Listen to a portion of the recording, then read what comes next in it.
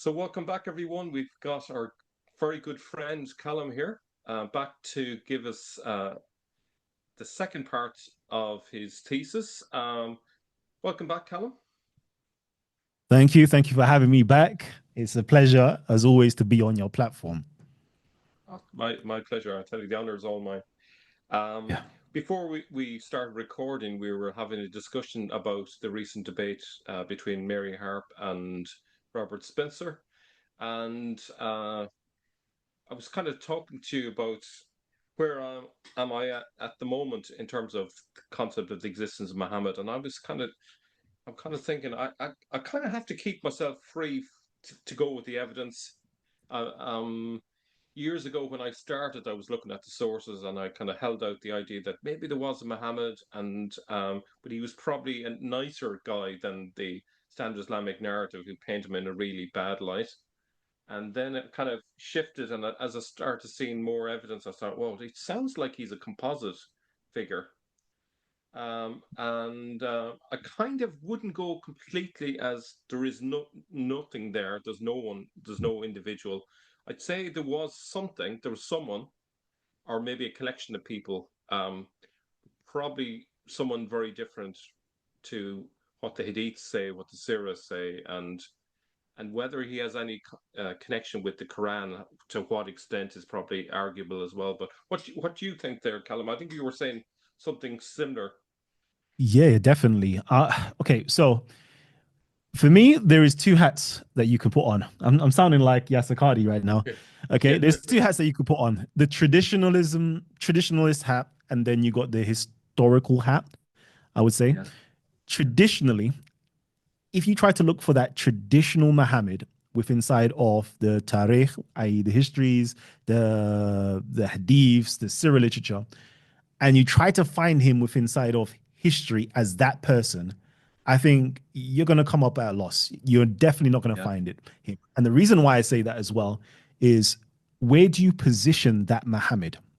So, for example, there is, everybody will tell you, you there is the standard Islamic narrative. I don't like using that term now. I used to like using it, sure. but I think I'm going to move Okay. over to the dominant Islamic narrative, because who am I to tell a Shia that his narrative is not the standard versus the Sunni Muslim or the Wahhabi Muslim or the Salafi Muslim, whatever the case I is. So like let me it. just say the dominant Islamic narrative, which is the I Sunni like it. Muslim narrative. Yeah, Um, if we what was I saying? If we look for Muhammad there and try to find him in history, you can't, because why? There is When is Muhammad born? Let me ask you that question. When was Muhammad born? well, they say 570, right? They say And 570. they say 570, but it's very hard to actually find any clear evidence of that. Um, That's right. and they say, oh, we know it's 570 because it was the year of the elephant. But then Yeah. when you explore when did this event of Abraha going up north, well, it's back in the 550s, so that doesn't work. And the Hmm. other side of it, and apologies if I'm jumping ahead, but if you look at his year of death, 632, that doesn't work either, because there was reports supposedly of him in 634, Hmm. if we can trust the report. So it's kind of none of it seems to stick. And then None people of it. point to various sources towards the end of the seventh century. Oh, Muhammad lived or was reigning from this period to this period. And you look at one report, he reigned for 7 years. Another report says he reigned for 10 years. Yeah. And it's just like, it's easier to say, if all of these pieces of evidence are contradicting each other, see, it's much easier to say then it's all rubbish than to say, well, there is a true story, but it's hidden in there and it doesn't quite fit. I could, Yeah. I, you know, that's where I'm at. Definitely. Definitely. Because I'm like, it doesn't make sense, because first of all, there's reports of him living in the 6th century. And then there's reports of him living in the 7th century. What I mean by that is, there is reports that he was born 30 years before the year of the elephant, 23 years before the year of the elephant. So, Yeah. and then there's other reports saying that he was born 40 years after the year of the elephant. There's literally a 70 Wow. year period. Yeah. So, Yeah. which one is it? Like, is he in Yeah. the 6th century, or is he in the 7th century? So you've got like 2 centuries to look for this individual. Where do you start? You know, which Yeah, yeah, which tradition or which hadith are you going to take to be this is the authentic one? This is the standard that we go by when they're yes, all contradicting each other. yeah. Even Yeah. some of the early references to his teaching doesn't match up with the later Islamic teaching. Like I think there was one that says that he forbid the eating of meat, which is not Of the carrion or current something. Yeah. position. Carry on, Yeah.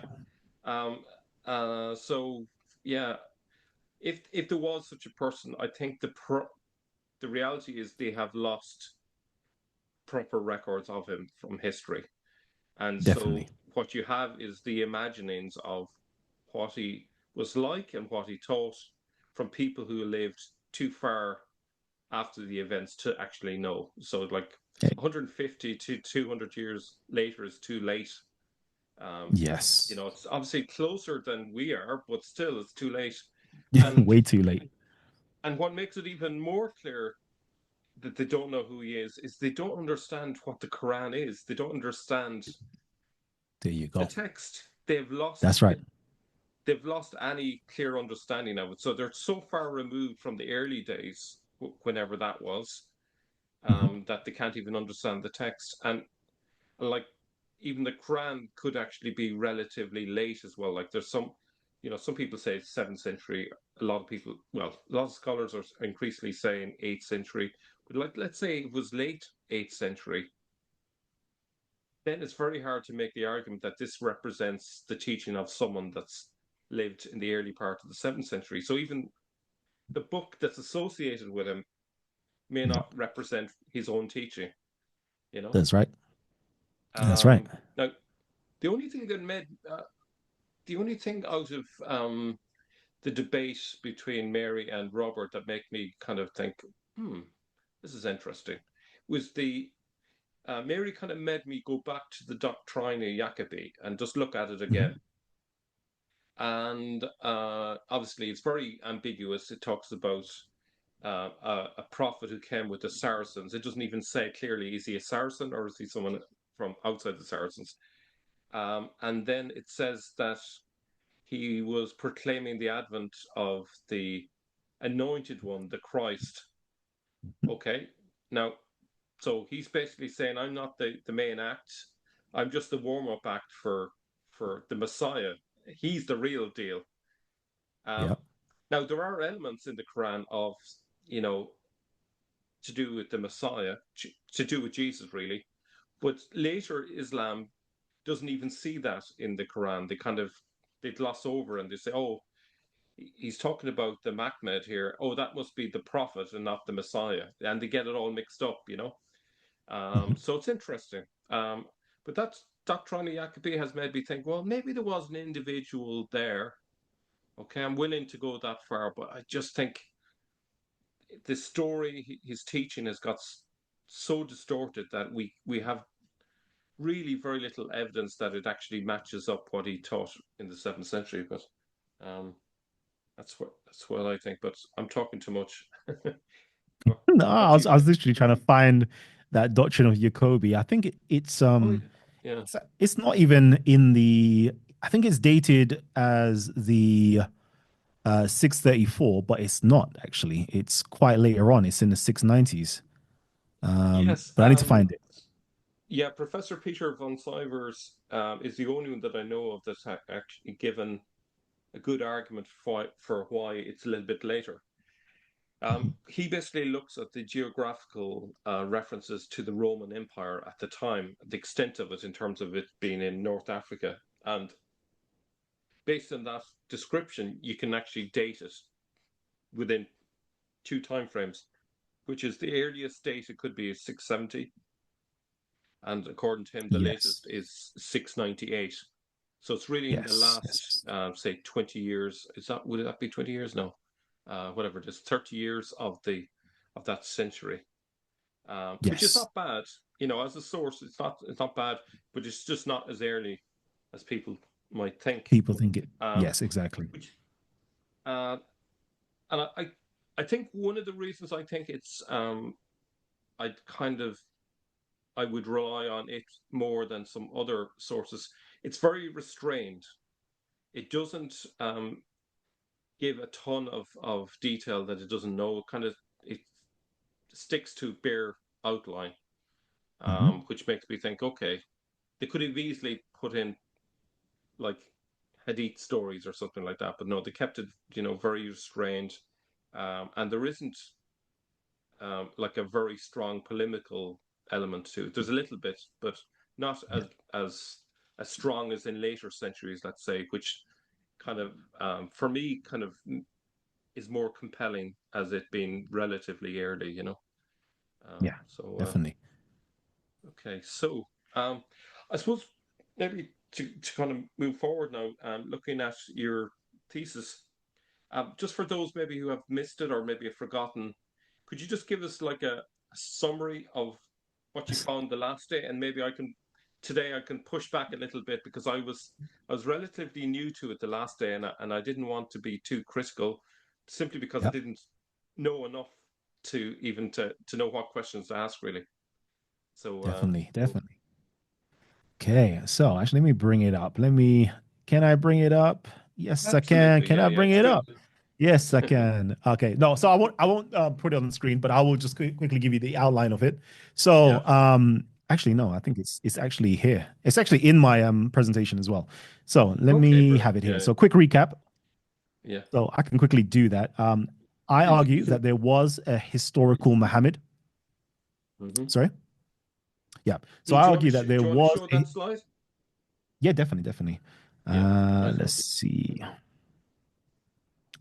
Let's go to share screen, which is maybe more, and then share, and then we have it here. Okay, there we go. Allow. Okay, is it up? Yeah, Yep. Okay, so a quick recap, which is the Abyssinian Muhammad thesis. And it goes like this: there was, in fact, a historical Muhammad that the Muhammad of Islamic traditions narrative was based on. The apparent split between the historical and traditional Muhammad was caused by the numerous vying political parties and propagandists inventing, fabricating, and suppressing stories and reports to further their own agenda. And the historical Muhammad I'm talking about was a 6th century Abyssinian bishop by the name of Muhammad as well. And I basically gave I don't know, what do we call that? A similitude between that Muhammad and Saint Nicholas, who was a 4th century bishop in the Byzantine Empire, who was actually Turkish. He is a historical figure, but just like our Muhammad, he morphed throughout the years when there was different traditions and stories attached to him, and then after a while, a new figure arose, a legendary figure arose by the name of Santa Claus. You know, the jolly old fellow in red and white, ho ho ho, going down the chimney and riding on his reindeer with Rudolph, etc. So we can see that the story of St. Nicholas is historical, but the story of Santa Claus is actually a fictional character that was based on an original historical figure. And it's the same, yeah. example that I'm giving with Muhammad. Muhammad of Islam, he is a legendary figure, fictional figure, but he is actually based on a historical person, a historical bishop of the 6th century in Abyssinia. This is where I probably want to push back a little bit. I wasn't Mhm. 100% clear if the person in the 6th century was actually called Muhammad or just had the elements of someone that they could base the story on later. You didn't find evidence of him actually being called Muhammad, or did you? So, in terms of evidence of him actually being called Muhammad outside of Islamic literature, there isn't. You will find it within inside of Islamic literature. So, let me actually bring up this actually. One second. So, yeah. So, within inside of the Islamic literature as well, we have Ibn Sa'd's Tabakat. And he basically talks about, individuals who were named Muhammad in the days of Jahiliyyah in the hope of being commissioned to prophethood, which had been predicted. So for me, this is like a what's it called? Criterion of embarrassment. So, they wanted him, Muhammad, to be the first individual called Muhammad, but they had to admit the fact that, oh, others were actually named Muhammad. In Ibn Sa'ad's Tabakat, he names five individuals that were actually named Muhammad. And he gives a biography of two of those individuals. And surprisingly enough, two of those individuals were actually what? Christians. Yes, they were Christians. And then both of them, actually, even though it has the word here, uskuf, which they translated as monk. If you type in uskuf into any translation or into a dictionary, lexicon, you'll find out the word uskuf actually means a bishop. So both Okay. Muhammads that they have a biography of that's pre-existing were actually bishops. Okay. So Okay. So yeah, so we that's don't have we don't have a sixth century source like that's outside the Islamic tradition that talks about a bishop being called Muhammad, but all we have is the Islamic sources looking back and saying there was a bishop called Muhammad, right? correct. Yeah, Okay. correct. And then also we also find that the word Muhammad or the name Muhammad was quite um, you know I would say first of all it originated with inside of the Sabaic language that we see, and that was a theonym. Actually, that was actually a theonym. We all know the 523 inscription that talks about Muhammad MHMD, and that was a theonym meaning the praised one, and that's in Mm. reference to God. But we also find as well with inside of sixth century literature, Syriac literature, talking about the Abyssinians in Najran that actually we also find another individual in the book of the Himyarites, and her name is a her this time around, which is Mahmida or Muhammada, which is another person within inside of the sixth century. So we can see that in that part of the world, the Abyssinian sphere of the world, Yeah. Mahmud or Muhammad was actually a very much so a prevalent name as well. Okay. Yeah. And yeah, Right. but unfortunately, yet again, we don't actually have any individual outside external sources naming this particular bishop as Muhammad. If Yeah. you go and it talks about the particular bishop that was on the Abraha, um, it leaves it. It leaves it. How do I say it? Anonymous in various different literatures. They don't Yeah. actually mention who this bishop was in terms of name. The closest Okay. that we got is an individual called Saint Gregentius, but Mm. we find out that the word or the name Gregentius isn't actually his name. It's something that was later invented to given to this individual who was a bishop on the Abraha in the sixth century.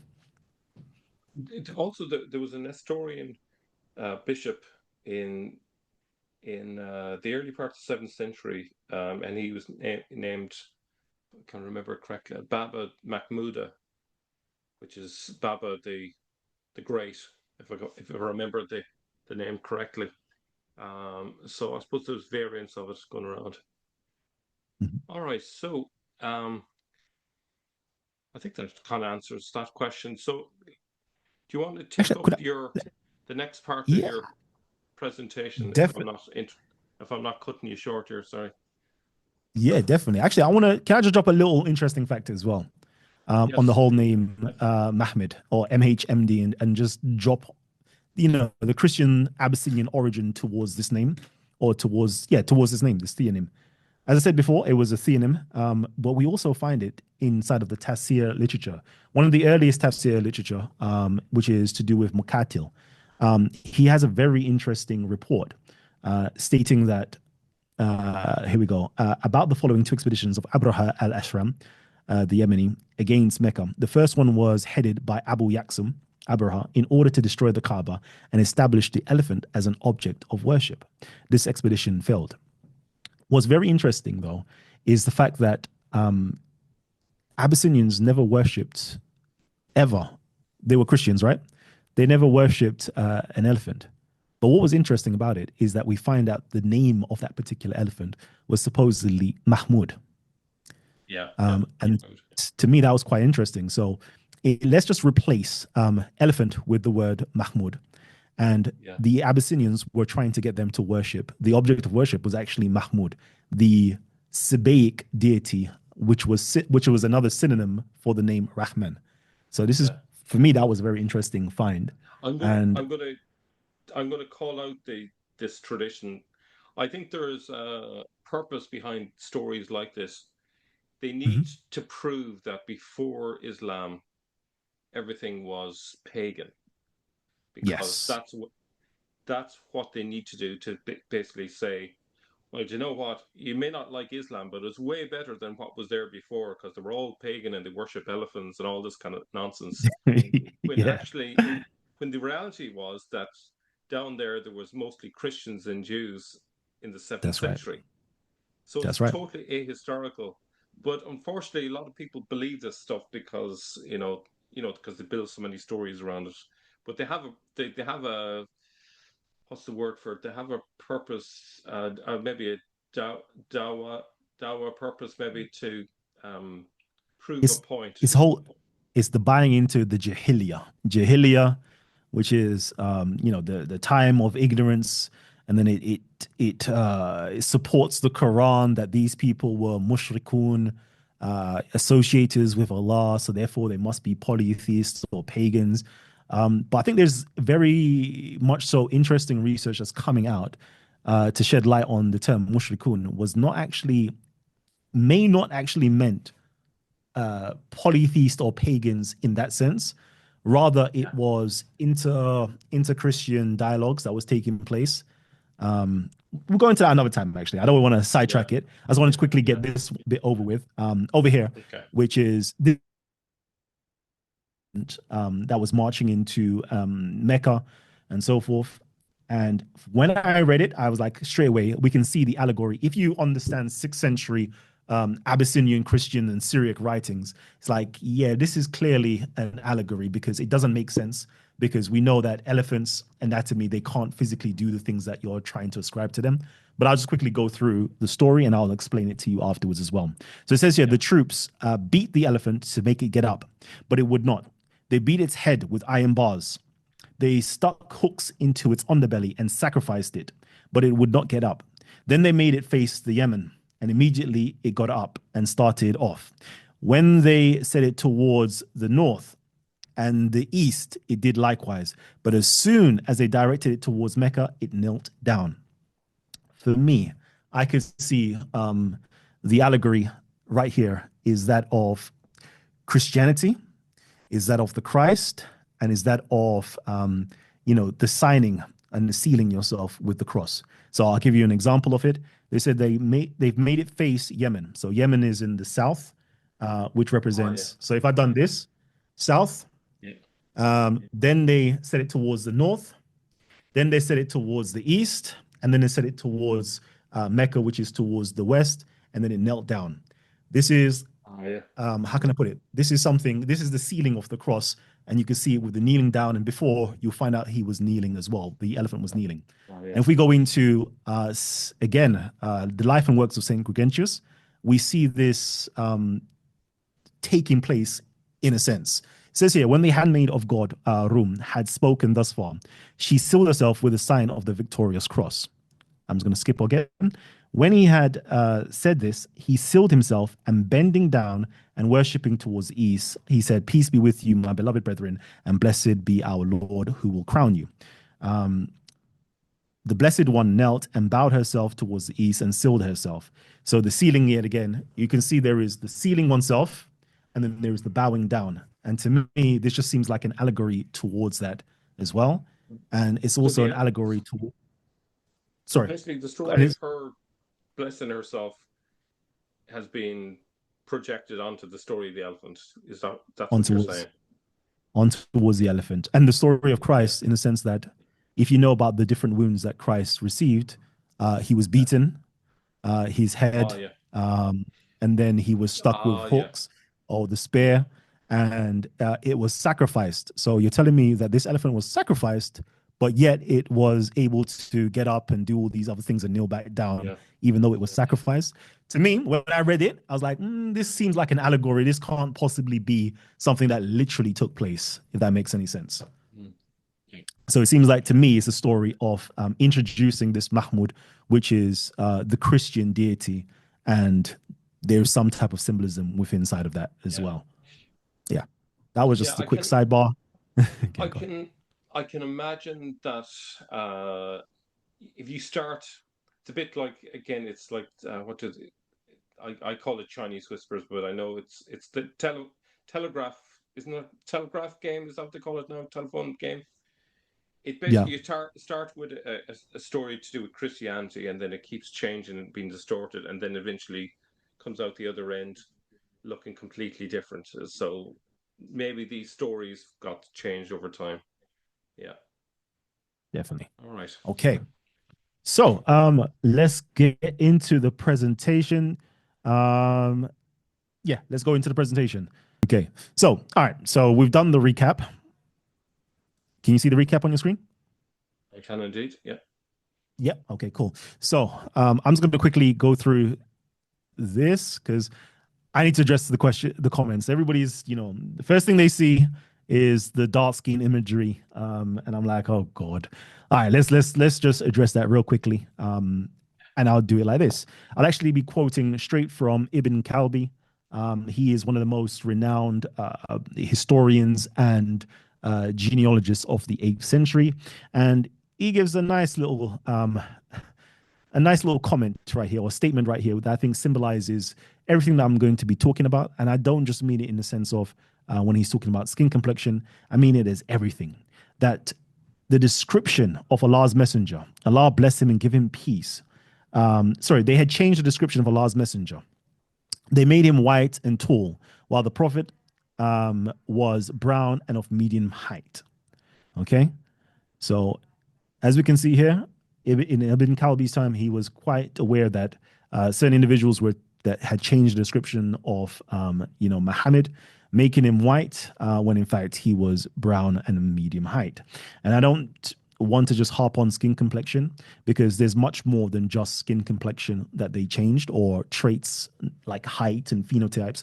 I couldn't care less about all of that. It's more to do with everything about the original Muhammad was morphed and changed into the Muhammad that we know from the dominant Islamic narrative. Okay. Real quickly, Presumably, for those who go I ahead. was going to say, presumably, all of these variations on the story. Okay, was he white? Was he black? Was he, I don't know, whatever? Is because there's one group that wants to argue he's white because maybe they're Persian and they want their Muhammad to be like themselves, and maybe there's Arabs way down south and they want a darker skinned Muhammad, so they have a different version for them, Correct. and then Correct. they then have to concoct stories to explain why there's variance in the description. So then they have another story which explained that he changed from one to the other, and now it's getting ridiculous. And then probably another fourth hadith would be produced saying, no, they're all wrong. He was actually green or something else. Exactly. That's the way the Hadith literature literally works. So yeah, fantastic. And let's just quickly get through this. I'm going to speed through this real quickly. So for those of you guys want to know that, find the brown complexion of Muhammad within inside of the Hadith literatures. Yeah, it does exist. Quickly, all of the references is on screen so you can find it. It says here brown in complexion, and then obviously I've highlighted it here in the Arabic as well, in red, where it says here Asma al-Aun, which basically means brown in complexion. I'll give you three of these hadiths. It says wheat colored complexion here, and kind of obscures it, but it literally means asmar yet again, which literally means brown. You could literally, type in asmar into Google Translate. You'll find out that asmar literally means brown. And again, another one, a wheat colored complexion. Again, asmar yet again down here. So brown in complexion. And then some people be like, but why? Why do why does he have dreadlocks? Okay, cool. I did not see any man with locks hanging down to the shoulders. So describing Muhammad yet again, saying that he had locks, saying that he had four side locks. And then just to, Sounds a bit Jewish solidify as well. it, yeah, just to Uh, solidify it as well. So he used to do something called talbid, which is like matting your hair and sticking it together. to create what you see on the screen right now, which is, the Okay. dreadlock look or the Yeah. locks look. So with his Mm. hair stuck together with gum. So you can see it. If you go into just like rock art of Najran and places like this, you will see that the women usually had braids, and then the men usually had locks. And you can even find it with the kinders. You can find like these imagery to say like, I don't need to make stuff up, people. I don't need to make stuff up. Like, this is how they're described. This is how I'm presenting it to you. I literally just put in the descriptions that I found with inside of the Hadith literature into the Tariq literature and into AI. Create a brown skinned Arab prophet that's roughly 40 years of age, and this is what it spits out. Okay, who wears Yeah. a turban? Sorry, and this is what it spits out. Okay, I'll just continue from here. All right. So today, this is really the start of the presentation, and this is the Abyssinian King thesis. Uh, and just like the Muhammad thesis, we have a king thesis because within inside of Ethiopia, there is two powers. There is the power of the king or the emperor, and the power of the Abuna or bishop, archbishop. So it says here, the narrative of the legendary Abyssinian king that supported Muhammad was based on the historical Abyssinian king, Abraha, who supported the historical Muhammad. The Umayyads suppressed and obscured the historical Abyssinian king's identity and narrative to further their own political agenda. Islamic theologians linked the report of King Caleb and his elephants with Quran chapter 105 to 106, inventing a story of Mecca and Quraysh primacy, whilst transferring ownership of elephants to Abraha, demonizing him and his South Arabian companions. Ibn Ishaq further solidified the obscurity and demonization by inventing the mythos that Muhammad was born in the year of the elephant, causing a chronological paradox. In this presentation now, just the contents that we will be covering, 5 topics, which is number 1, where is the historical Abyssinia, the extent of the Abyssinian Empire, who is this Abyssinian king. Then we're going to do a biography analysis of the Islamic Negus. And then we will be, and with that, yeah, I'll get to that later on. And then we're going to be doing a historical versus traditional evolution demonstration, where we'll basically be showing you where this is the history, this is what we know took place, or we presume to have taken place. And this is what we find within inside of the traditions, and we can see how every successive generation changed the original story until it morphed so much it doesn't represent the original story itself. Just like this, I think it's called Telegraph, that story, that game where you do one thing, one action, or you say something, and then by the end of it, it completely changes. So we'll basically get to see that in this presentation today. So first and foremost, I have to start by, debunking the Ethiopian myth. Unfortunately, and I'm thinking, is it a fault? No, I would say that your preachers, your polemicists, and your academics, they've been misinformed, and unfortunately, they are historically, culturally, and definitely geographically illiterate when it comes to Abyssinia, 100% when it comes to Abyssinia. And I just wish that certain scholars would go in and do a little bit more depth of research. But yeah, it takes me, 2,000 years or 1,400 years later to come and actually correct the wrongs that's been taking place for so long.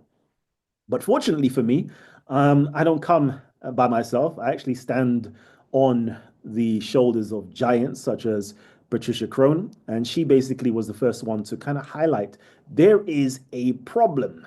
Whenever you're talking about Ethiopia or Abyssinia, we hear the story of the first migration that took place, the first hijra that took place was to Abyssinia, to Ethiopia, and so forth. We hear that, you hear so much of Ethiopia, and everybody places Ethiopia on mainland Africa, okay, on mainland Africa. But there is problems with that, and I'm going to just highlight that to you guys right now. So, in Patricia Crone's Meccan Trade, she writes here, Ethiopia is a problematic case It is identified as a Qurayshi major of some importance in both Ibn Kalbi's accounts and elsewhere. Yet there is practically no concrete evidence on the trade in question. One story has Qurayshi traders return from Ethiopia via the Yemen, but some hold the traders in question never to have gone further than the Yemen.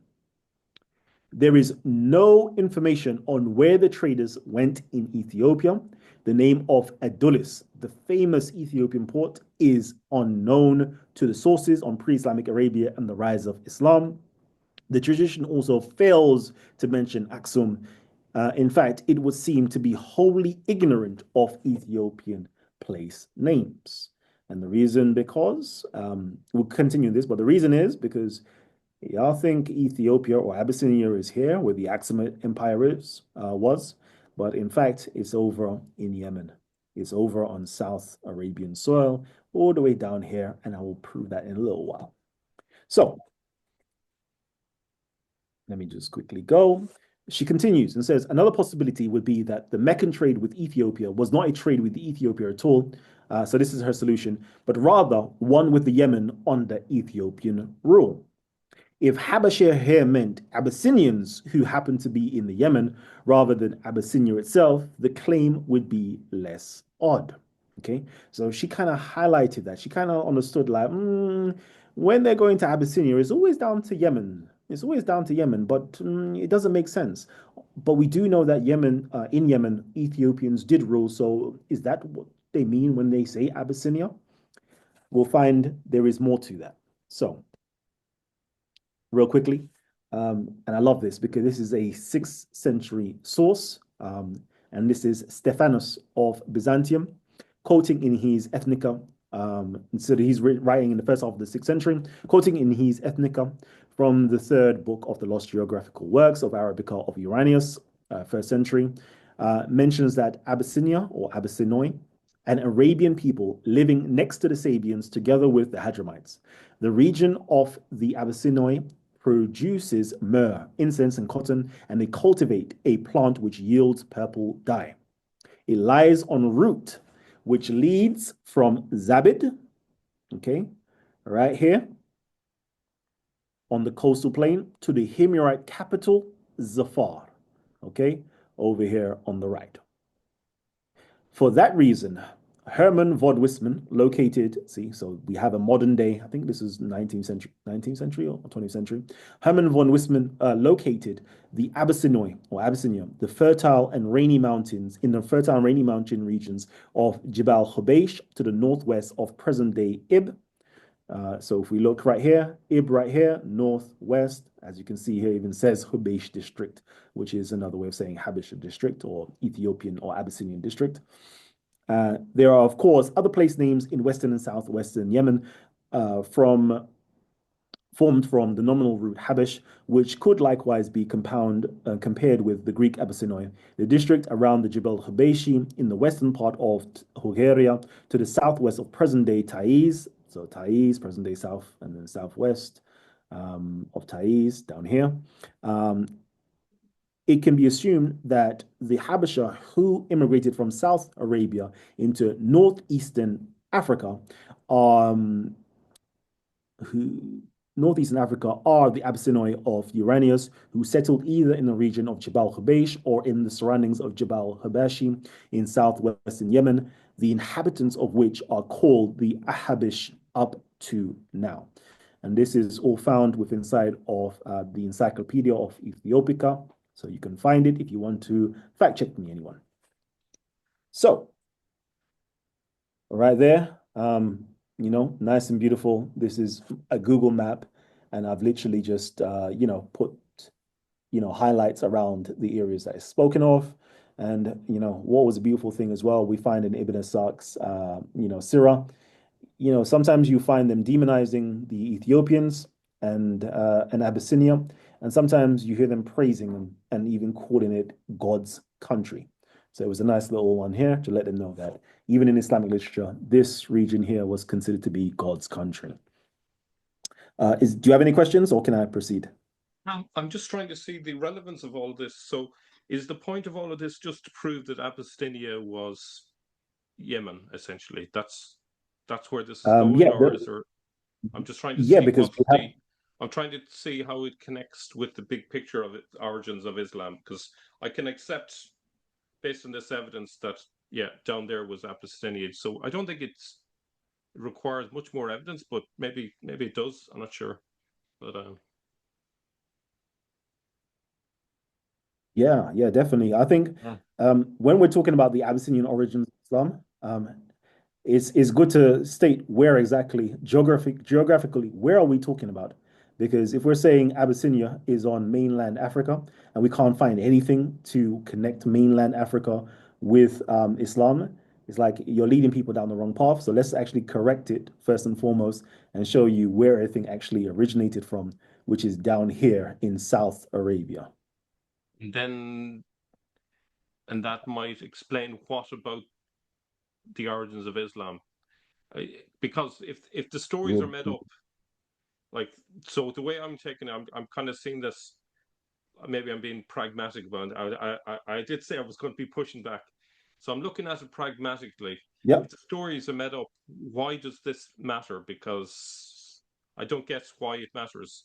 I'm willing to accept this as Abyssinia, but I don't see Mhm. any historical roots. So basically, I'm torn between two things. Either this is evidence for a historical explanation for the origins of Islam, or it undermines the story of the origins of Islam. So I'm not sure which way you want this evidence to go, or do you know where I'm coming at? I don't quite get the I hear you. significance yet of this. I hear you. I'll Maybe keep I'm on missing pushing something. forward, and Yeah, then maybe it'll come hopefully it will clearer make later. sense But to you at the moment, because we're talking about the king, the country, and the empire. Okay. And right now, I'm just highlighting to you guys where the country is right now. okay, And now we're going into the actual empire. And this is, to me, is fundamental. If you don't understand the geography of the region that you're talking about, you can't possibly understand the history of the region that we're all trying to figure out. And if we don't understand the power system or that was in play, it's like you're still definitely you're just going to be wandering in the darkness. So yeah, over here, I'm literally showing you. First of all, we showed down here where Zafar and Sana'a, this region down here, mm, that's where you know ancient Abyssinia was. But then we're going to also discover the empire, the extent of this Abyssinian empire. Okay, because it wasn't just a little area down here; it actually spanned all the way. All of Arabia was underneath the control of King Abraha in the middle to late 6th century. Okay. So over here it says here King Abraha, um, king of Saba, of Zuraidan, i.e. Himyar, of Hadramat and of Yamanat, and their Arabs in the upper country and on the coast, has written this inscription when he returned from the country of Ma'ad, when he seized the Arabs of Ma'ad, taken at Mudairan, chased out Amir, son of Mudairan, and seized all of the Arabs of Ma'ad, Hagar and Khat, Tay or Tayaye, Yathrib, and Guzam. So all of this region, which we just mentioned, right, all these different names, so all the way up here through Tiamat, right, the coastal regions, all the way up to Yathrib, all the way over to the Tayaye, all the way over into Iraq to Khat, Hagar, to Ma'ad, was all under Ethiopian rulership during the supposed, I'm going to do this, supposed time birth of Muhammad. And that to me is very crucial to understanding what was taking place during that time when Islam sprang. I don't know if you this is see the six, significance of it or not. but this is 6th century, and then Islam says it all happened in the 7th century. So how does it match up? So is Okay, it according to so the Muhammad it of depends that you were depending on. suggesting? So yeah, this is definitely to do with Muhammad that I'm suggesting. But again, Okay, yeah, you got to see it like you got to see it like this. This is the foundation, right? The so-called 7th century Muhammad is something that was made out of the 6th century because there's nothing from the 7th century placing Muhammad. There's nothing placing Muhammad historically in the 7th century during the time of his supposed, reign, full stop.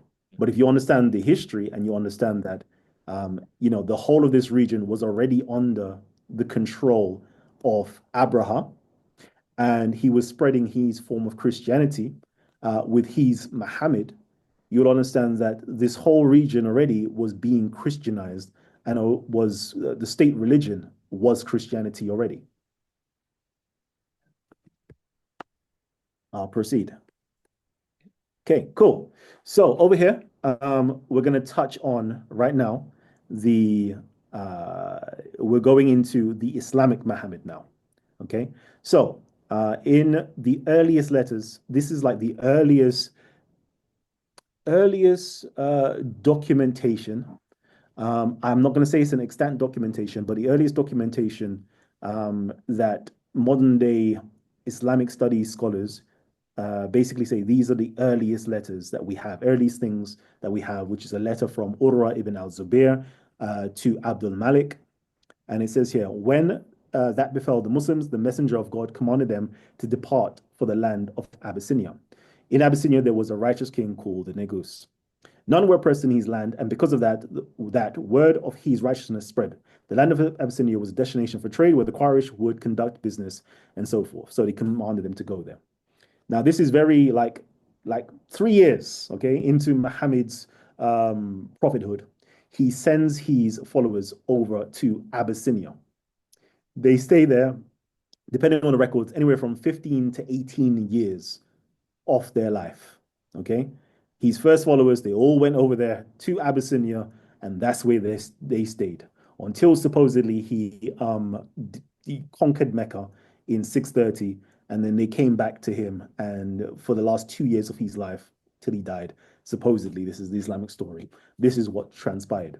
So the importance of Abyssinia is talked down, but it seemed that it played a very big part in the forming of the early Islamic community. The only how can I put it? The only empire, the only kingdom that actually supported the Muslims was who? The Abyssinians. The only king that was supposedly converted to Islam was supposedly this Negus of Abyssinia. So for me, it's very important to find out this, because if we find out who this Negus was, kings tend to be very well attested inside of history. If we could find out who this king was, then we could most probably find out more information of this particular Muhammad that existed and what actually transpired. Okay. So I'm going to continue. And I'm of course, over here, the king is anonymous. Yet again, it just says there was a righteous king called the Negus. It's like saying, there was a righteous king called the Caesar, or I don't know, there was a righteous king called the monarch. You're not giving us any extra information. It seems as though that the name here is being suppressed. We know the name of an elephant, we know the name of horses, but we don't know the name of the king, which seems to me very, very concerning and very fishy in the stories. Okay. Over here, with inside of the Islamic records, though, we also do know that, yeah, there was a king of Habasha with inside of the Islamic literature as well, which is obviously Abraha. Abraha, the king of the Habash. He also allowed people to trade freely in his country. And he also wanted to make sure that his people had equality amongst them. But what I want to do right now is show you from the biography of this particular king within inside of the Islamic literature. And can we find who this king was objectively? Can we objectively find this king? I'm not going to say to you that I believe in the Islamic literature, in the Islamic history, but there is a possibility that there is things in there that are factual. So can we cross-reference them? Can we cross-check them? Can we verify them? And what do we do here? It says here that this particular Negus, he was sold into slavery. Let's read it. Accordingly, they went to his uncle and said, either you must kill this young man or you must exile him from among us. We are in fear of our lives because of him. He replied, you wretches, but yesterday I slew his father, and am I to kill him today? But I will put him out of your country. So they took him to the market and sold him to a merchant for 600 dirhams. They later threw him into a boat and went off with him. Okay, so this is the Abyssinian king, the Negus from Islamic literature. Surely, if this person is a historical figure, how many kings do we know that have been sold into slavery in history? If I said to you now, oh, there was a king who had 6 wives in England, some he married and some he divorced, and I think one outlived him. Can we search through English history to find that king? And if I asked you who that king was, you would say, that's you, Henry the Mel. Eighth. Henry the Eighth. Mhm. Henry VIII. So if there Yeah. was a king, this is that sold into slavery. Let's see if we can find it, because that's a very peculiar data point. And we find here in Procopius, History of the Wars, he writes here, established another king over the Homerites.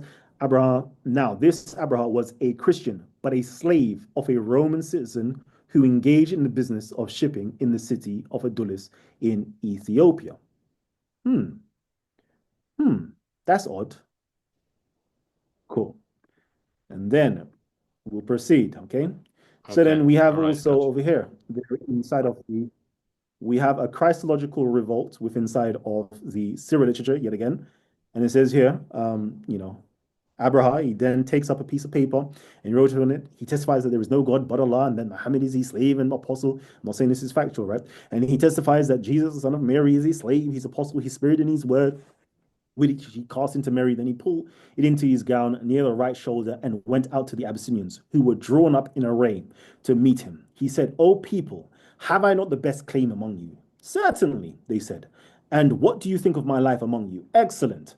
Then what is your trouble? You have forsaken our religion and assert that Jesus is a slave. Okay, so they're claiming that this particular Negus, this anonymous king, right, asserts Jesus is a slave or a creature. Then he answers, then what do you say about Jesus? We say that he is the Son of God. The Negus put his hand upon his breast over his gown. He signifies that Jesus, the son of Mary, was nothing more than this, etc., etc., etc. But what do we find with inside of Abraha's inscriptions? Okay. Carlos Segovia, he writes here, real put some kind of real. Do I go from there? I'll go down a bit more. It says here, whatever the case, Abraha's innovative Christological formula evinces that the South Arabian Christians in the 6th century were not unfamiliar with the representation of Jesus as God's Messiah instead of Son, a feature that curiously we find again in the Quran. Okay, so if you know anything about the previous epigraphy of the Abyssinians inside of South Arabia, they always recognize Jesus or the third part of the Trinity as the Son, the Son, the Son, the Son. Okay, but inside of Abraha's formulas, he completely removes that Son element and has his Messiah. Okay, so we can see quite clearly that within inside of the Syro literature, there is some issue to do with Jesus being the Son of God. And then you can see within inside of Abraha's formulas themselves, he removes the Son of God and just has Jesus as being his Messiah instead of Son of God, which again is actually found within inside of the Quran, which is Yeah. very interesting. I'm Okay. just curious how Carlos Segovia is understanding this. Surely he's not trying to argue based on just his. He's not arguing that based on Abraha's inscriptions that the Christians are only aware of Jesus as a Messiah because that's the way Abraha depicts him. Surely it only proves what Abraha's faith is in relation to this, or what he thinks is important about Jesus. You can't argue from that necessarily into what Christians believe about Jesus. Do you know what I'm saying? I don't know if I make that clear. He's saying It's that the I think South Arabians, kind of, yeah, so he's saying that the it's South Arabians, it's kind of like an inductive reasoning based on very limited data. He's basically trying to argue from a limited number of inscriptions based on just the king's focused Christological formula, and then basically saying, well, that represents the entire Christian belief in that area, which may not be the case. Christians may focus on Jesus as the Messiah, but it doesn't mean they don't believe he's God's son. Do you know what I'm saying? Don't know if I'm making clear. Yeah, yeah, yeah. Yeah, I I think don't. he's just simply stating that fire. It's a popular. Go on. Maybe I'm misunderstanding. Maybe he's only arguing that the messianic element is the popular part of it, but he seemed to be saying that they don't even believe that Jesus is God's son. They're just believing that he's the Messiah. I don't know. Am I reading too much into what he's saying, or am I getting it wrong? I think I think you're getting it wrong. I think they're just he's saying that they're not unfamiliar with him being represented as the Messiah instead of him being always represented as the Son. Because before he's always mentioned as the Son, but now this new formula of the Messiah is being mentioned instead of the Son. So it's just simply saying Okay. they're not unfamiliar with being called the Messiah, simply the Messiah. All right. I'm reading. Yeah, I see. I see what you mean. Yeah, I'm reading it wrong. I'm kind of thinking that they are unfamiliar with him as son. Yeah, I got it. Yep. Okay. So I'm going to go and give you the third because there's loads of different parallels. But I thought let me just stop at three just to make it simple. And again, we find here that he's known as this particular anonymous king. He is known as a very righteous king, and that none was oppressed in his land.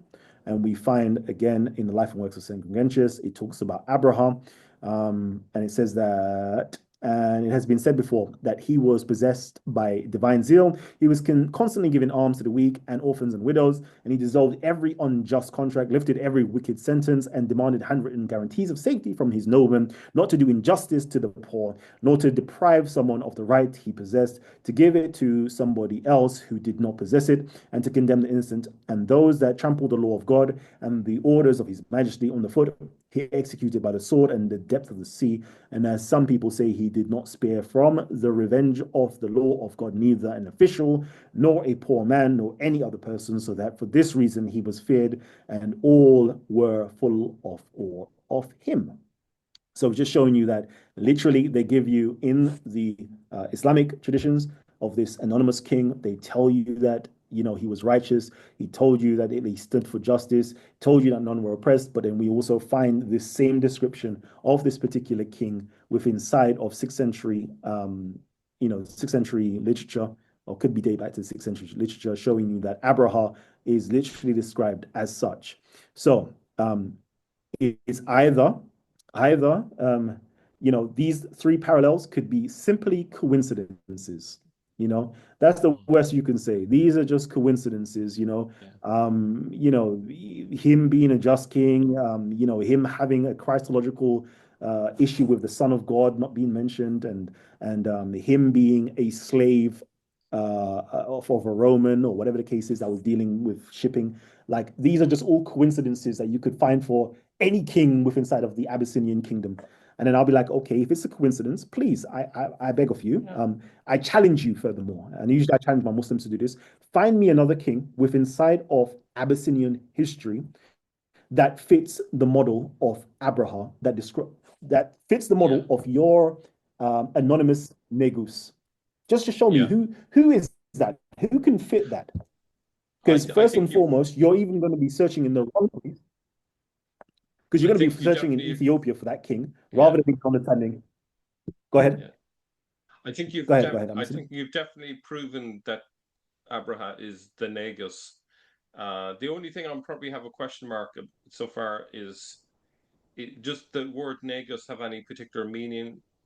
Is there some significance behind the word? Negus, it literally means, it just means in the Gaizi language, it means king. Okay, right. So it's nothing. Yeah, King it just king. literally means king. So it's like saying Malik. Yeah. It's literally like saying Malik in Arabic. It just literally means king. Yeah, yeah, yeah. Okay. Okay. And then, and I'm just quickly going to show you that with inside of the Islamic literature, there is a Southern Arabian versus Northern Arabian divide, the perversion of Abraha's image.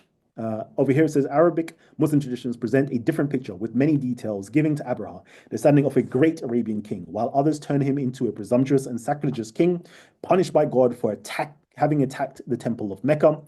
The positive elements are obviously of South Arabian origin in Yemen. Abraha, whose name was included in the genealogies, was considered a legitimate king. The perversion of Abraha's image probably has its basis in the traditions of Mecca transmitted by the theologians of Islam. Again, we're seeing there is this northern-southern divide. And just to quickly back this up, I'm going to two of my favorite scholars, actually, Sean Anthony and Gabriel Reynolds, but we're going to be mainly hearing from Sean Anthony. And things get very difficult to affirm the historicity. Like, so I would never in a million years myself, like say that the story in Ibn Ishaq about the year of the elephant, for example, Abraha marching the elephant up to siege Mecca and then Muhammad's born that year and blah, blah, blah. I think that's totally ahistorical. Can I jump? So we find that, for Sean Anthony, that whole story of Abraham marching elephant up into Mecca is a historical story. He goes on to talk about the year of elephant and how much of a fabrication it is. Let's just quickly hear that. Is that the early tradition, the early Maghazi literature is absolutely not in agreement about when the Prophet Muhammad was born. Ibn Ishaq very famously puts it in the year of the elephant. Almost no early Medinan does. Zuhri puts the year of the elephant many, many years prior to the birth of Muhammad. The same thing goes for Musa ibn Uqba. In general, how chronology worked was more or less guesswork. The idea that Prophet Muhammad was born in the year of the elephant, I think, is a pure fabrication of the 8th century. It causes a lot of consternation later on. So if you look at a lot of the traditions of Zuhri or Musa ibn Uqba and some others, and they put the year of the elephant so much earlier than the Prophet Muhammad's birth, you have these later Hadith scholars are like, what is going on with this? Like, this is obviously to be rejected, and we know that it must be this date. And one of the ways that this date was settled upon, this is key to remember, that it was that Ibn Ishaq's work was taught widely in Baghdad, was by the use of astrological history. So again, I'm just showing you that, when you're talking about chronology, you're not thinking, I know most people believe that Muhammad is in the 7th century. That there is guesswork, that there is a fabrication. They call it the tentative years of Muhammad's career or birth, meaning it's been accepted, but it's not historical. Although that's been accepted just as a starting point to work off, but it's completely ahistorical, full stop. Continue with the South Arabian narrative, just to show you that in North Arabia, there is the demonizing of Abraha. But in South Arabia, what do we hear? We have the preservation of Abraha's image. Another verse describes Abraha as the greatest king. Another one praises Abu Yaksum, i.e. Abraha, as surpassing any immortal creature if there ever was one.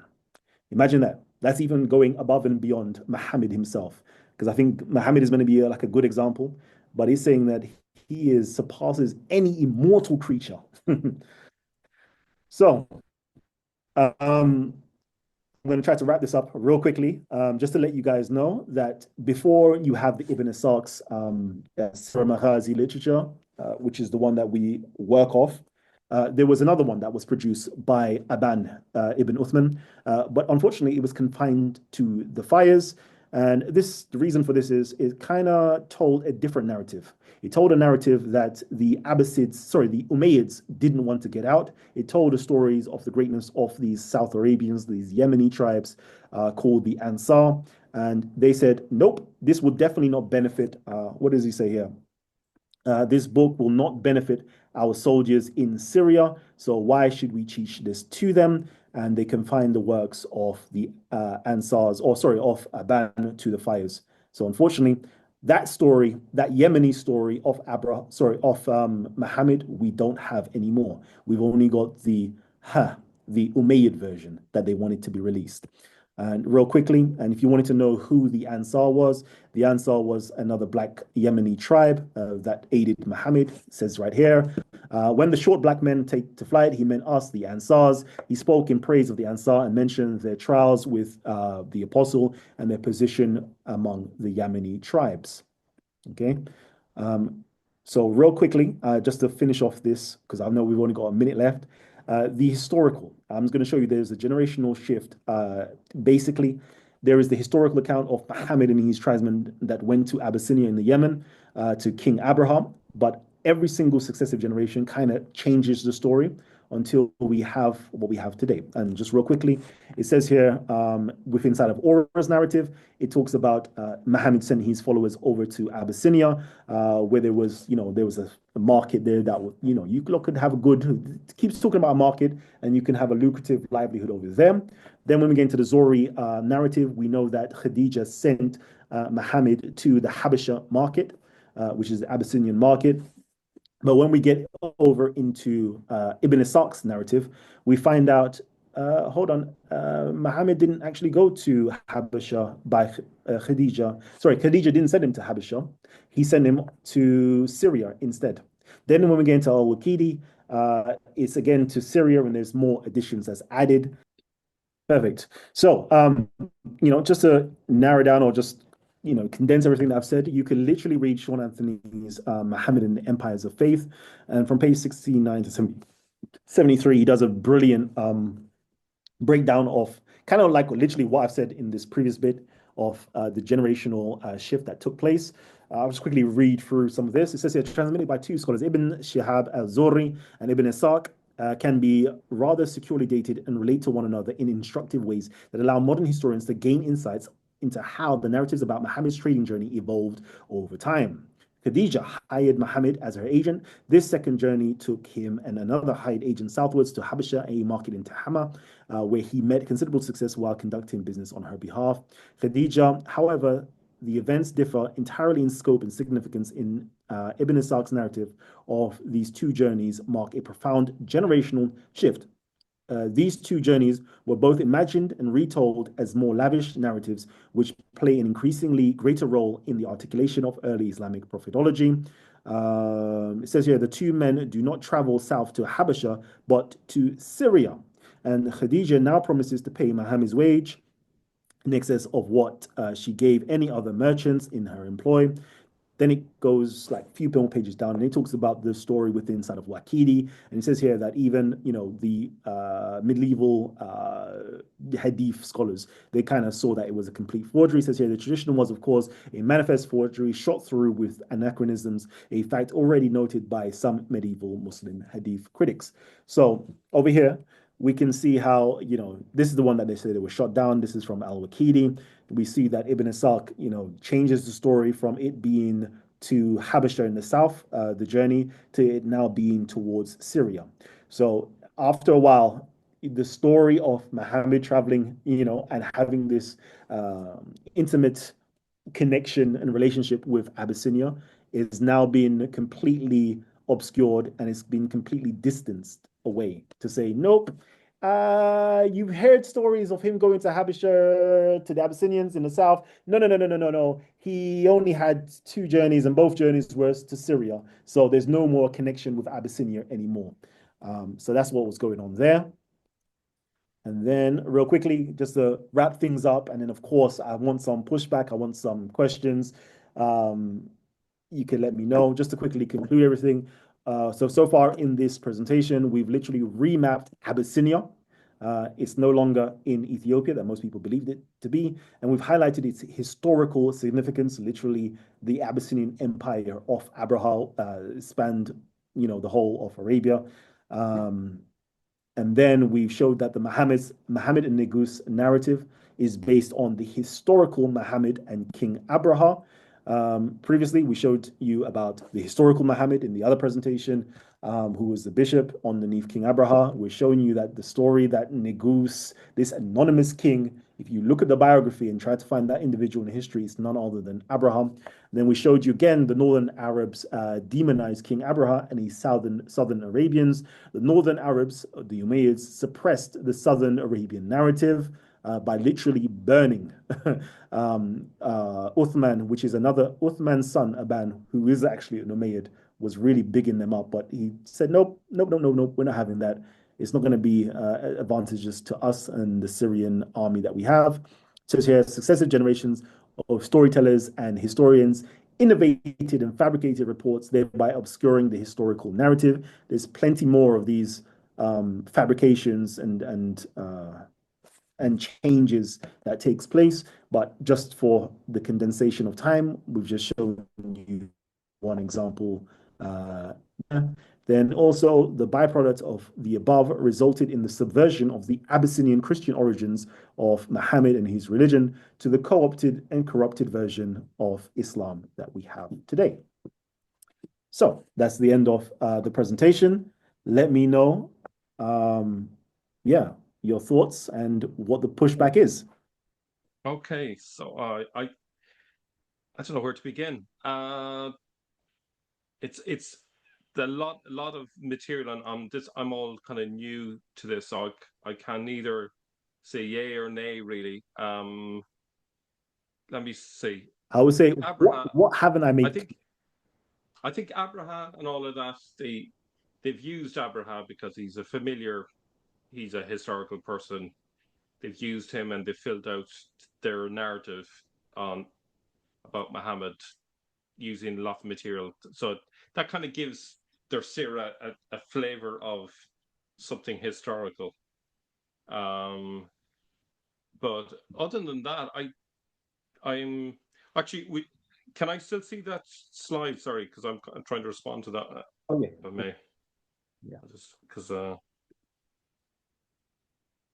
So yeah. So in terms of the borrowing about the bishop, uh, I don't see it as a historical Muhammad, really. I see them borrowing some details, some minor details. I see them bringing in references to Abyssinia as part of their storytelling. So they've taken material, same as a novel writer would take material from wherever.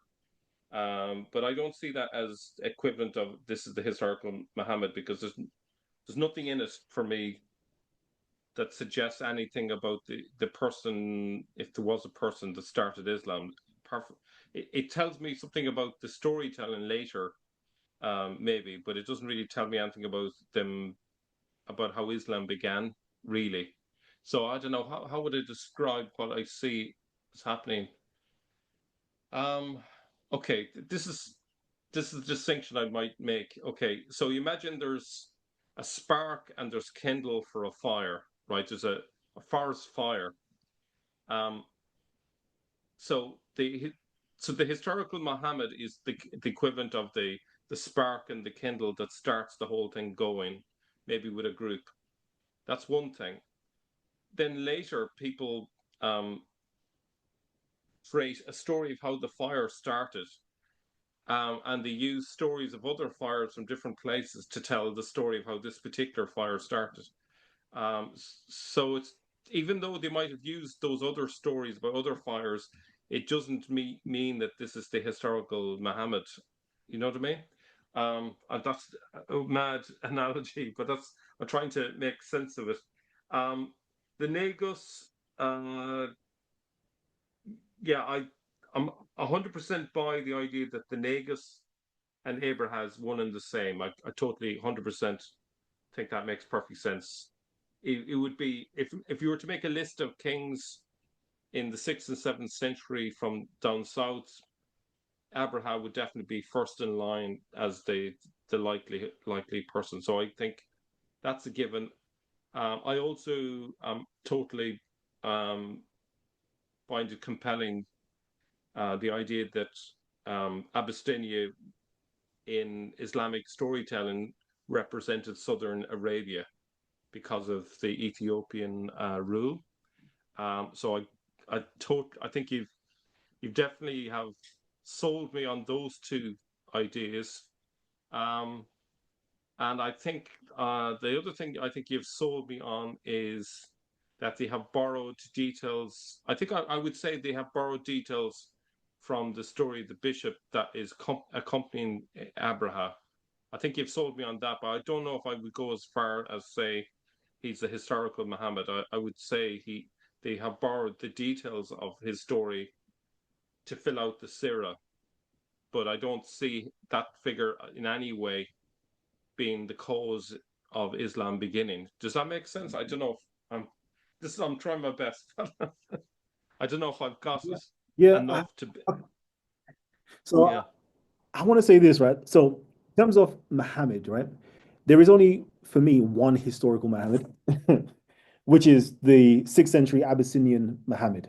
Because that person we can verify via, Greek sources, Syrian sources, Islamic sources. We can see that this person actually did exist. Now, is he the same person as the Muhammad in the Islamic traditions? I would say no. I wouldn't say they're the same person, but I would say that the Islamic story has used him as the foundation of building their narrative. So, for example, let's see what can we find about the Islamic narrative about their Muhammad, that the historical Muhammad that they borrowed from or they took from. Like, what is the Muhammad, what is Muhammad to you, and how can I prove to you that this is actually coming from the historical Muhammad, the 6th century bishop Muhammad? That's the better question. Yeah. It's just the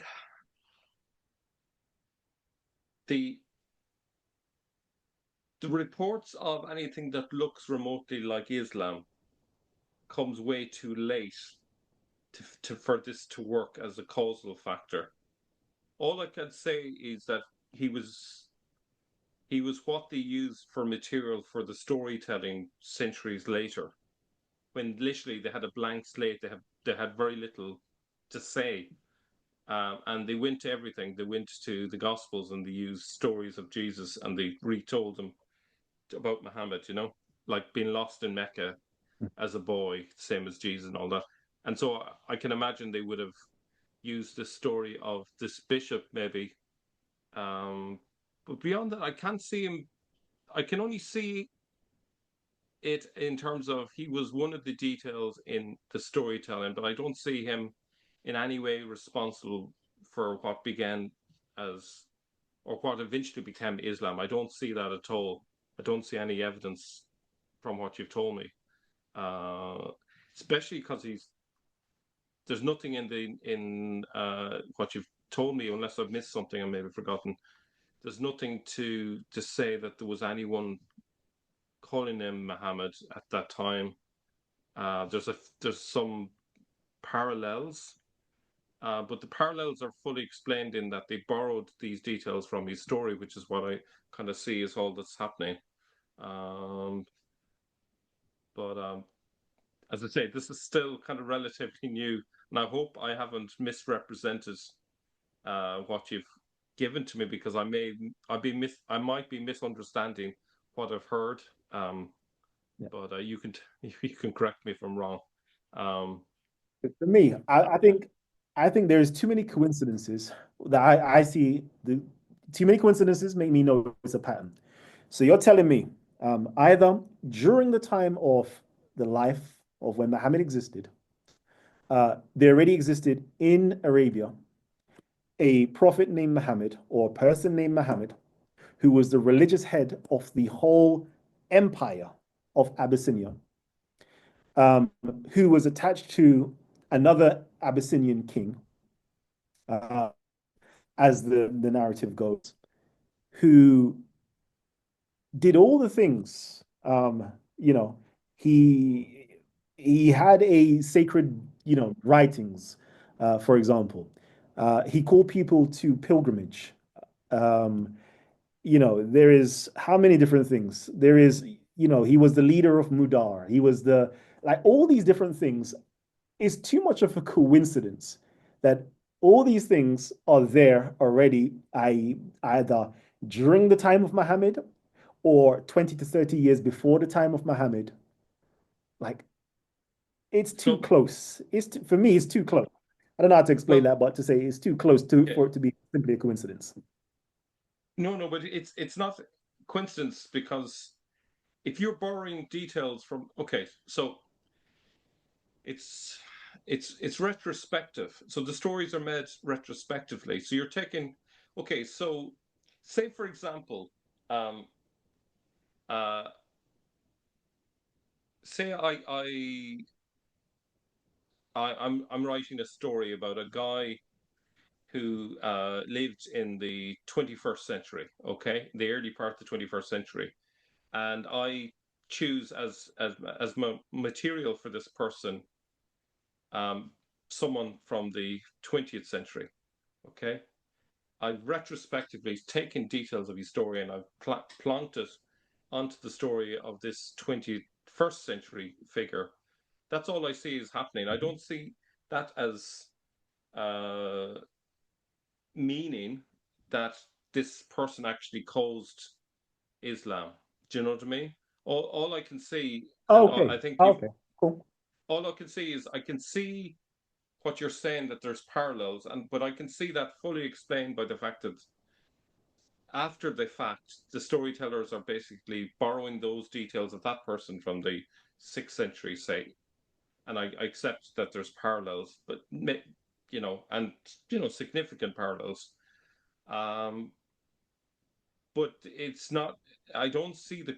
I don't see enough of the causal link to justify, and this is what caused Islam. I think it's. I think you would have reports of a religion showing up not just in the 7th century, but even in the late 6th century for this to be true. And I don't see that.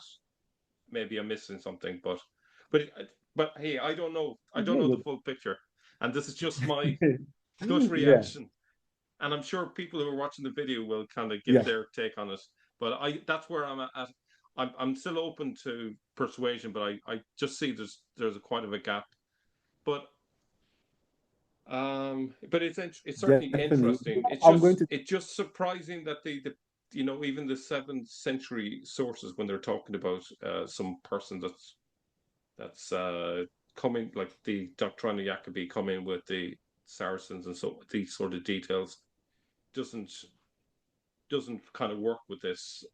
I just see it as it's all part of this Mambo number 5. They're taking a bit of this, they're taking a bit of that, and putting it together in their Sirah. Um, and they're kind of, I think maybe taking these details from far south helps the case later for the idea that there's some connection with Mecca. You need to be having details coming from the south for that to work. If all the details of the story are connected with Iraq, then it's not a very credible story. You need to explain. You need to put into the stories these details from the south. But I'm the other thing I would say is I wasn't aware of those hadiths where they talk about his complexion being dark and then that being changed later. That's interesting. Um, but that's I think that it's just a crazy mix. It's kind of it kind of reminds me of what can happen with a swarm.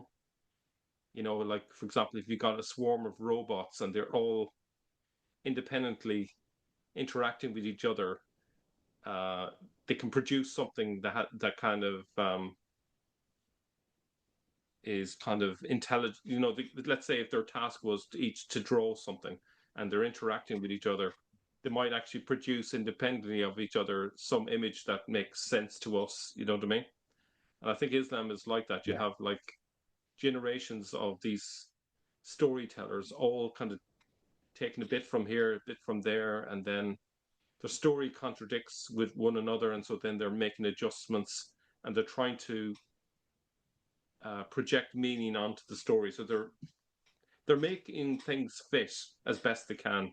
They're trying to shove squares through circular is that right? Square pegs through circular holes and vice versa.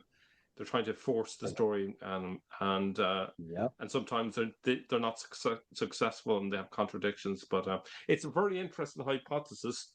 I think you found some amazing parallels. I'm not too sure which what's his name, the scholar that you mentioned.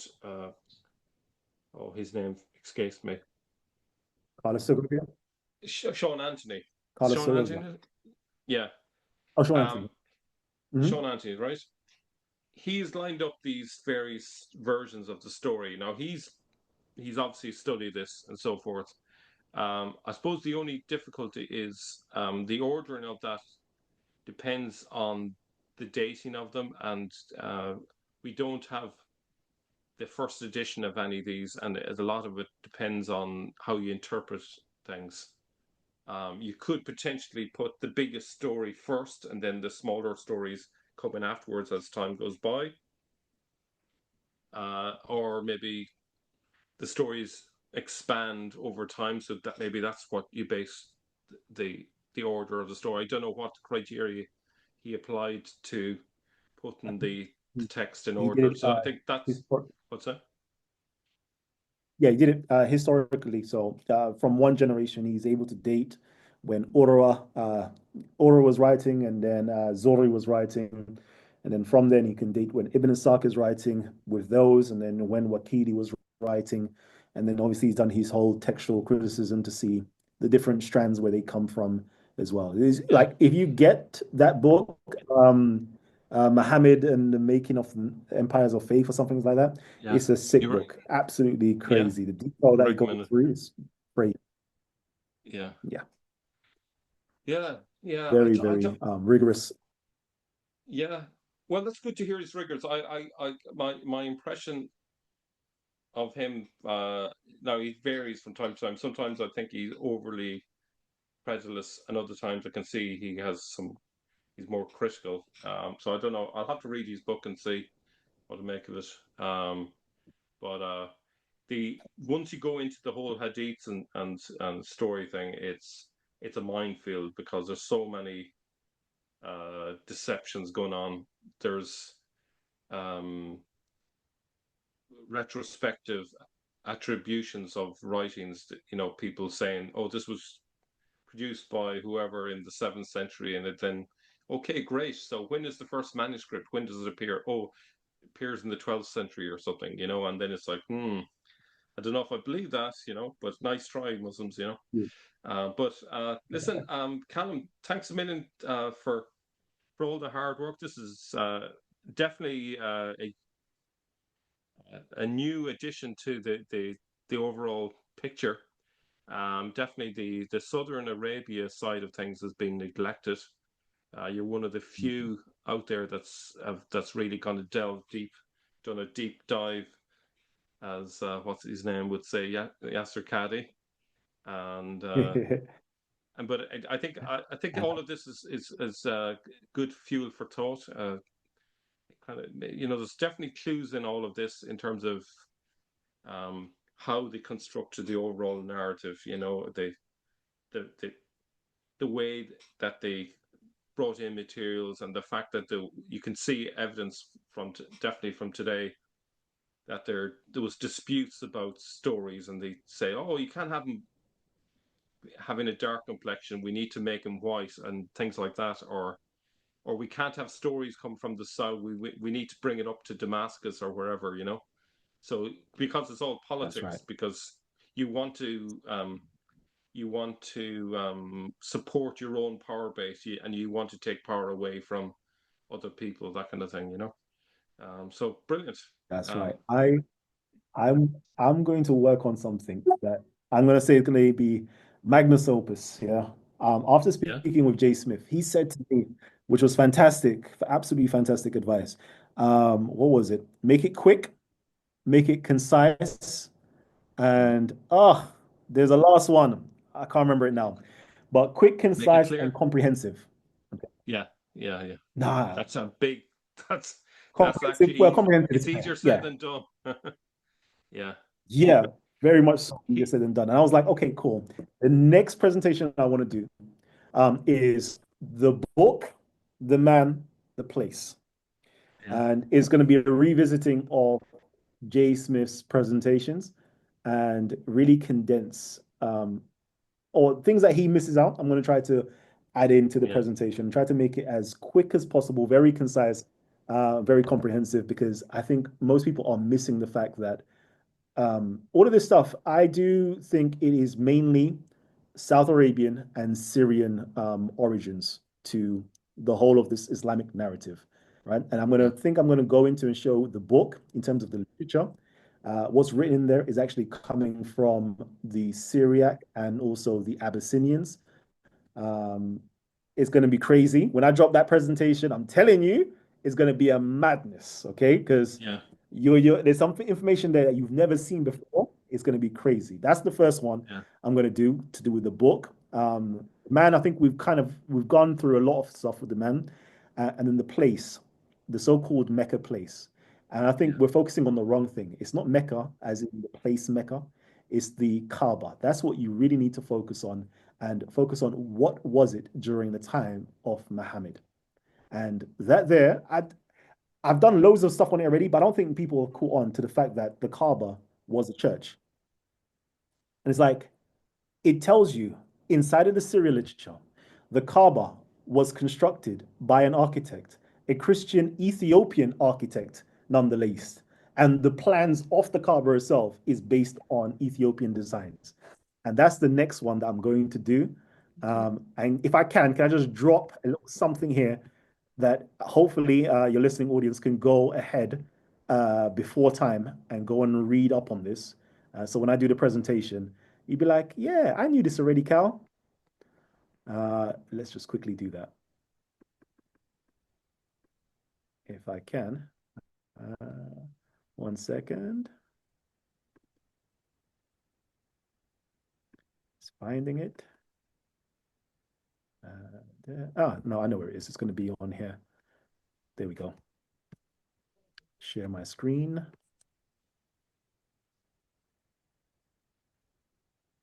Do I share this again? It always goes to this.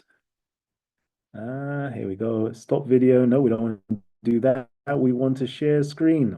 Am I currently sharing a screen or not? you have the conclusion page. So maybe if you close down that and then open up the other one, like that'll work. Yes. Stop share. That's it. And then we'll share again. This one here. So right here, everybody, you can go onto Jay's store right now before time, and it's called The Paintings of the Pre-Islamic Kaaba. And over here, just quickly read out. Al-Azraqi records in some detail the events surrounding the rebuilding of the Kaaba by the Quraysh. Bakum al-Rumi, a foreigner present at Mecca, was a carpenter and an architect commissioned by the Quraysh to rebuild the Kaaba for them. He is sometimes said to have been the master of the sunken Byzantine boat whose wood was used to rebuild the Kaaba, and he has been described as a Copt or an Ethiopian, while the designation of him as the Rumi indicates that he was from somewhere in the Byzantine Empire. He could have been a resident of a place outside the empire, perhaps on the Red Sea coast that had contacts with the Byzantine world. K.A.C. Creswell, citing Littman's opinion, identified the etymology of the name Bakum with Habakkuk in an Amharic form, and they both took the view that Bakum was probably Ethiopian. There is also an Ethiopian tradition that an architect from Ethiopia went to assist in rebuilding the Kaaba, and then it's got the whole narrative in there. And it tells you, there was pictures of the prophets and angels and Mary and Jesus, etc. So it's going to be very interesting, okay, to find out that according to, Islamic literature, okay, the Kaaba was built by Christians. It begs the question, and this particular architect was sent by the Byzantine emperor himself with materials to rebuild churches. So it's going to be very interesting. Which And if they want to say no, it was a pagan temple, I want to know which Christian, high-ranking Christian architect would ever go against an emperor's wishes to rebuild a polytheistic temple. I don't know what Christian of the 6th century, 7th century would do such a thing, but it's going to be very interesting when we find out. And it goes on in this, it tells you that it was actually built from the east to west. How it said it was built is basically the Ethiopian way of building churches, basically. It kind of Yeah, describes it. Very good read. yeah, And again, I think we're missing the fact that we think that there was many Kaabas around the whole of Arabia, full stop. But it's going to be very interesting to find out that this Kaaba, again, is related to do with Abraha. Why do I say this? Because it tells you in there that Abdullah ibn Zubair supposedly took the materials from, Abraha's church in building the Kaaba. So I wonder if we're looking for a Kaaba or we're looking for a Mecca, in the north. But is it possible that the original destination was actually in the south, but because they had moved and they taken certain things and they created a new Mecca, so to speak, is that what was really going on? That's something that we're gonna we'll bring it up and we'll just open up the question later on, yeah. because I, I don't rate Azraqi in any shape or form as just utter ahistorical stuff. Mhm. Everything he writes is just pure fantasy. So I don't think there's any value in it, as much as it's interesting. But I wouldn't want to, I wouldn't want to present this stuff because it'd be like sporting on the foundation of the deeds, and I'm not going down that road. I'd rather have less that's 100% historical rather than you know this sort of material I can't touch. It's hadiths to me. As interesting as it is, it distorts things too much, and it's if things are a mixture of myths and history, then you've no way of distinguishing what's fact and what's fiction because it's like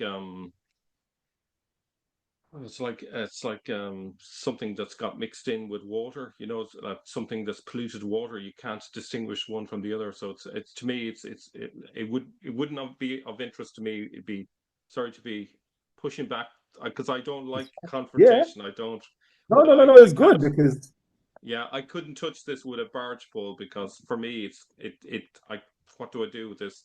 I can't tell what's true, what's false.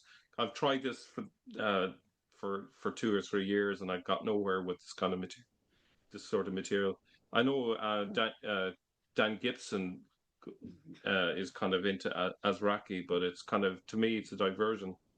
Um, like it's claimed that he's from the ninth century, but the material I don't know if there's any actually solid proof that he's from the ninth century. Like his material feels like something from the 12th or 13th century. So it's even later. It feels like post-Crusader material. But anyway, that's it. I feel bad when I kind of challenge stuff like this because I'd like to go along with that's stuff, but I can't.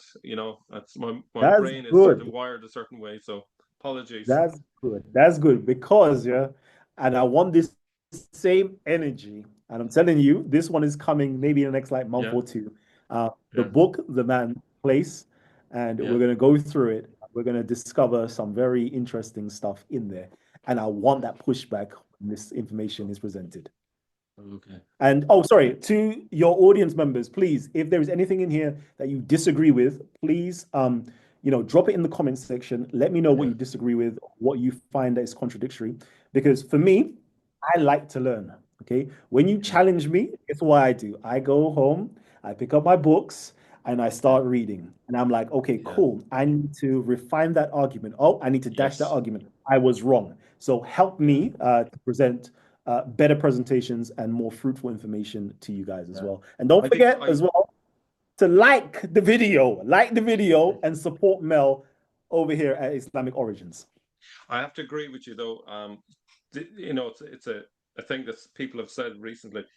Uh, Swords sharpen swords. When you get this, pushback, you go away, and actually leads to discoveries. It leads to refinement, and it's all good, as long as we're open to, being corrected. I get corrected every day. I'm getting used to it. But yeah, thanks a million, Definitely. Callum. All right, We'll no doubt. put this up pretty soon, as soon as I can. Cool. All right, thank you, Emmy. man.